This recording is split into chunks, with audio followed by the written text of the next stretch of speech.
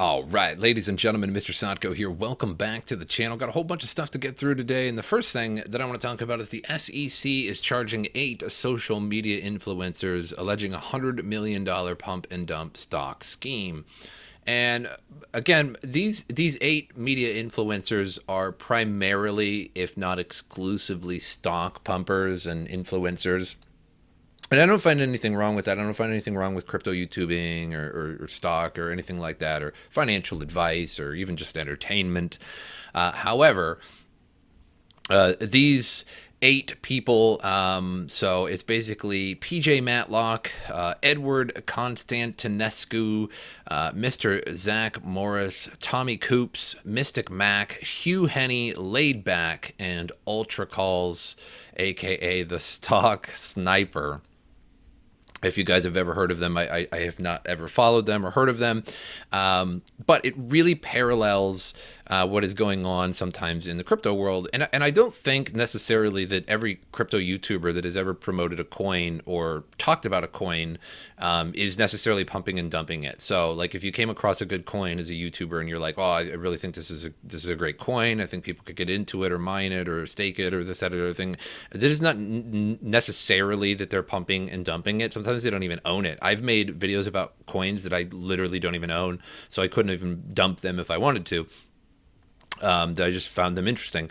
However, there has been a number of allegations against some of the larger YouTubers that they basically make a video on a specific coin, and they obviously have it because it's in their wallets, because their wallets are oftentimes public because they don't bother to switch a wallet to a private one, and then you can clearly see it leaving their wallet during the dump, like right after the video.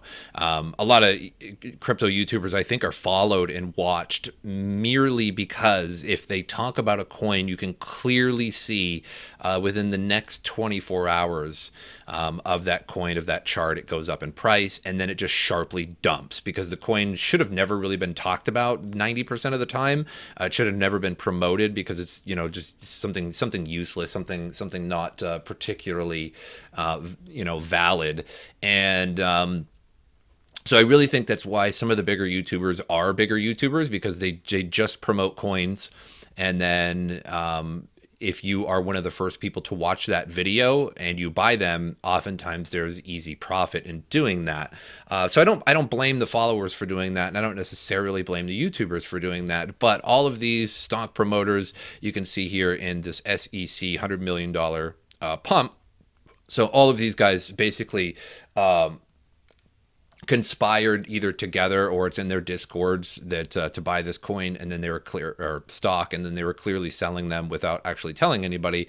And so this is all their Twitter handles: PJ Matlock, Mr. Zach Morris, Oh Hey Tommy, Notorious Alerts, that's a classic one, Hugh Henney, Laid Back, and at Ultra Calls. So clearly, and Dip Deity. That doesn't even sound really good, like dip deity. Shouldn't it be like pump deity? That would sound better. Dip deity, I suppose, like buying the dip, I guess.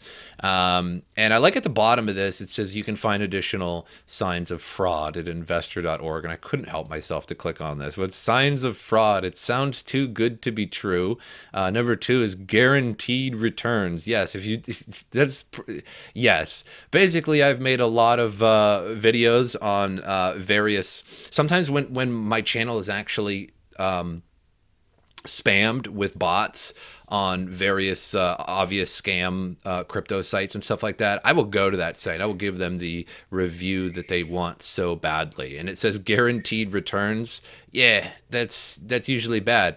Number 3, the halo effect, which makes con artists seem likable or trustworthy.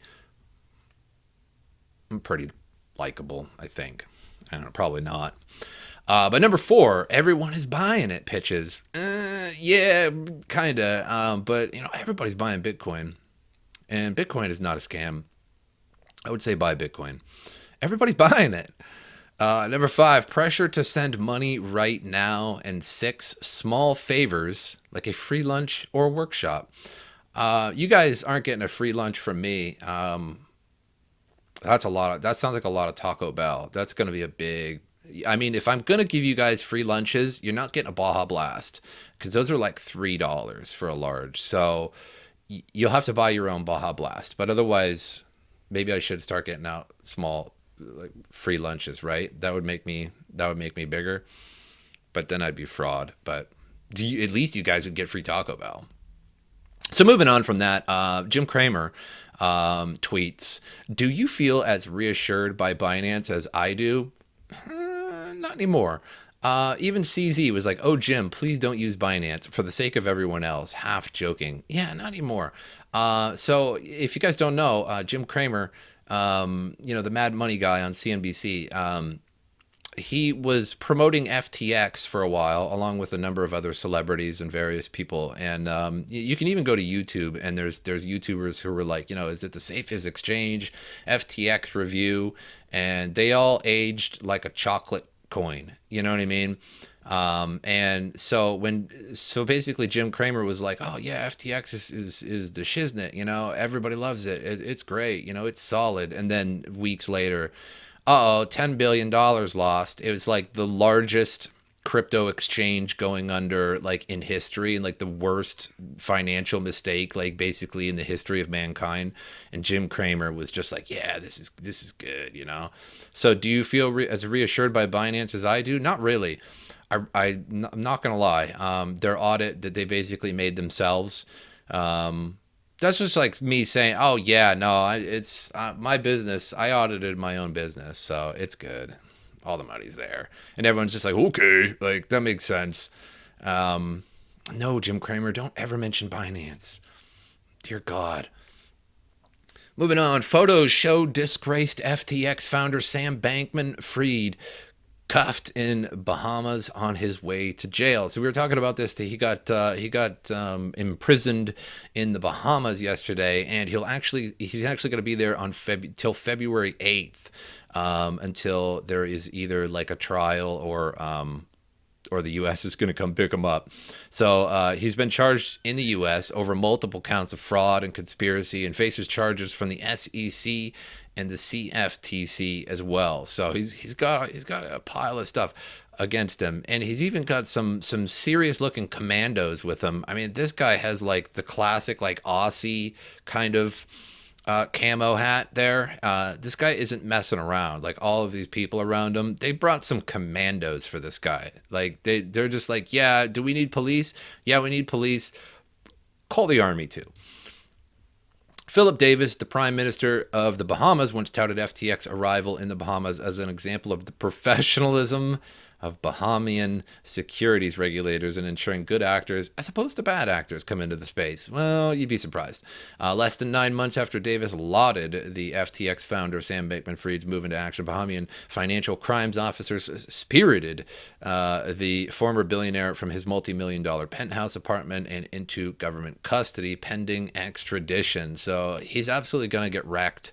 I'm going to be really surprised if this guy doesn't get like life in prison for this. Like, it's seriously, I believe this is the worst business disaster in human history. Like, it was like Enron, and then like Bernie Madoff maybe competing, and now FTX.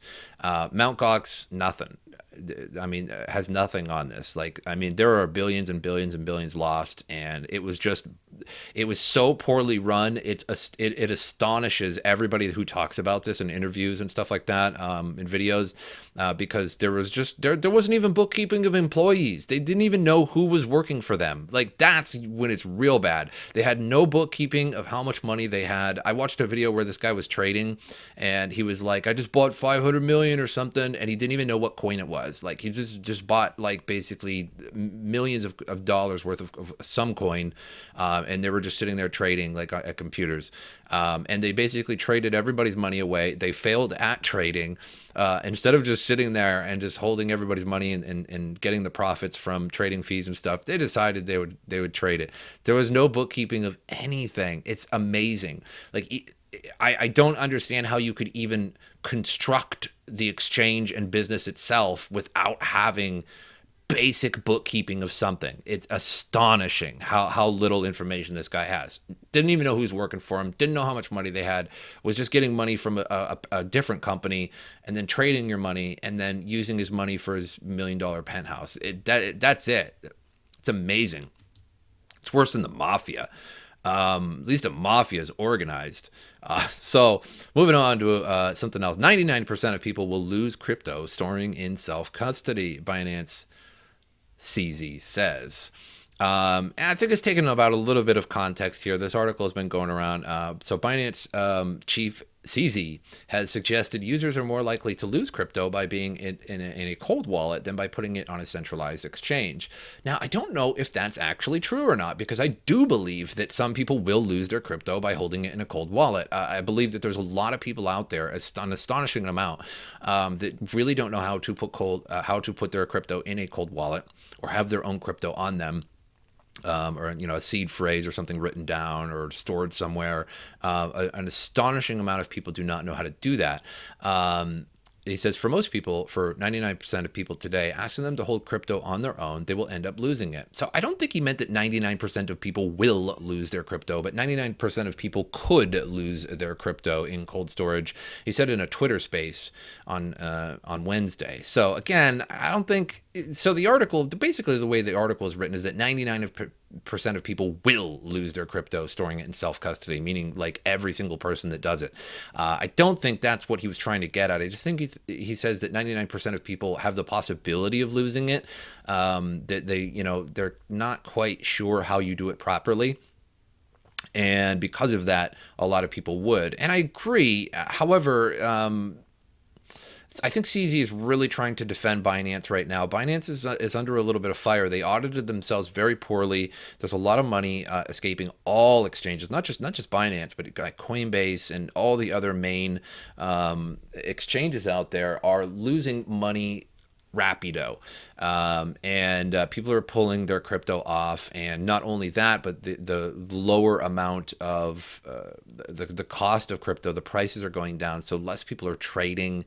People have sort of gotten out of the trading game. Maybe they bought in at 30,000 or something like that. Now it's 17,000, so they can't really trade. They don't really want to sell at a loss, so they're not trading back and forth. And these exchanges are not making as much money in fees either. So it's not only that people are pulling their crypto off, that less people are trading right now, and there's a little bit less volume because most people are at a loss, or at least there's a lot of people at a loss, and they refuse to sell at a loss and then begin trading again. So Binance continues to be sort of under fire here, and I hope it doesn't get much worse than that. Moving on here. So White House won't say if Biden will return the 2020 donations from Sam Bankman-Fried. So basically the White House and many other politicians, particularly of the Democratic Party, he was the second biggest donor to the Democratic Party, who donated a lot of money. And they're all being asked, are you going to return the money? Are they going to return the donation? Are they going to, send the donations to charity or something like that? Basically give up the donations in some way, shape, or form.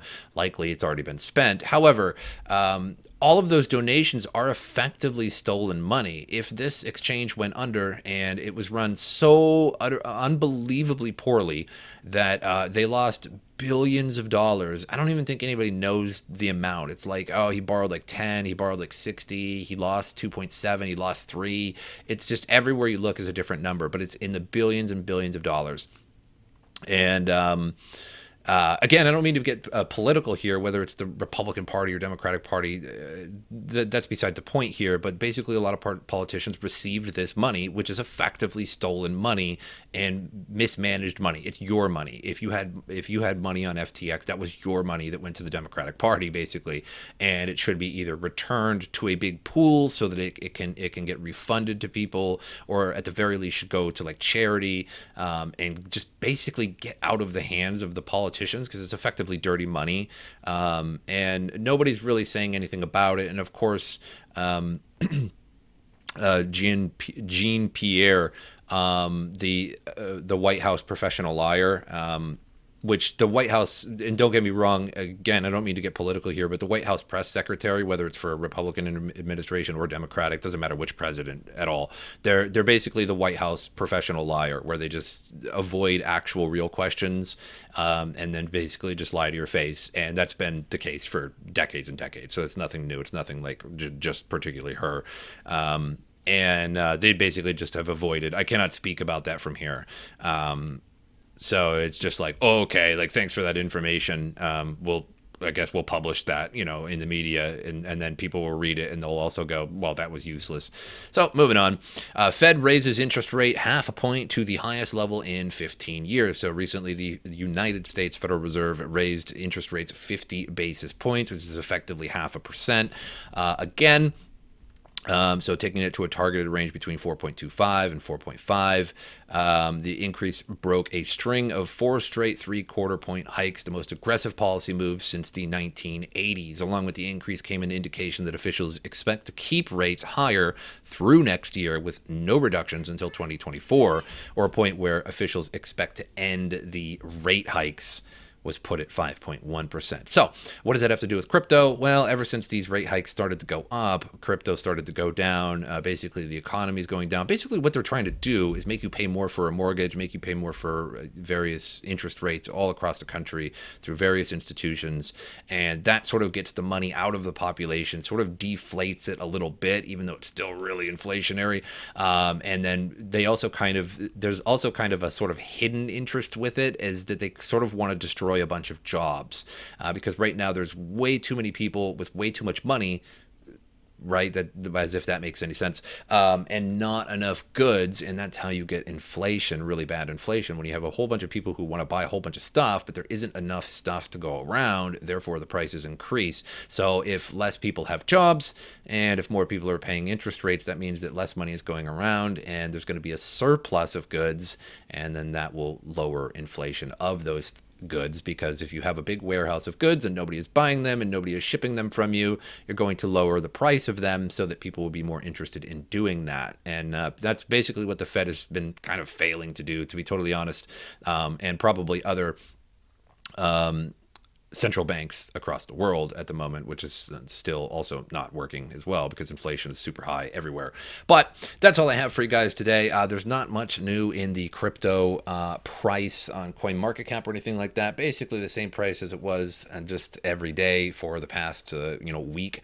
Nothing really new there. But that's all I have for you guys. I'll keep you updated whenever there is good crypto news. And as usual, I'll see you guys next time.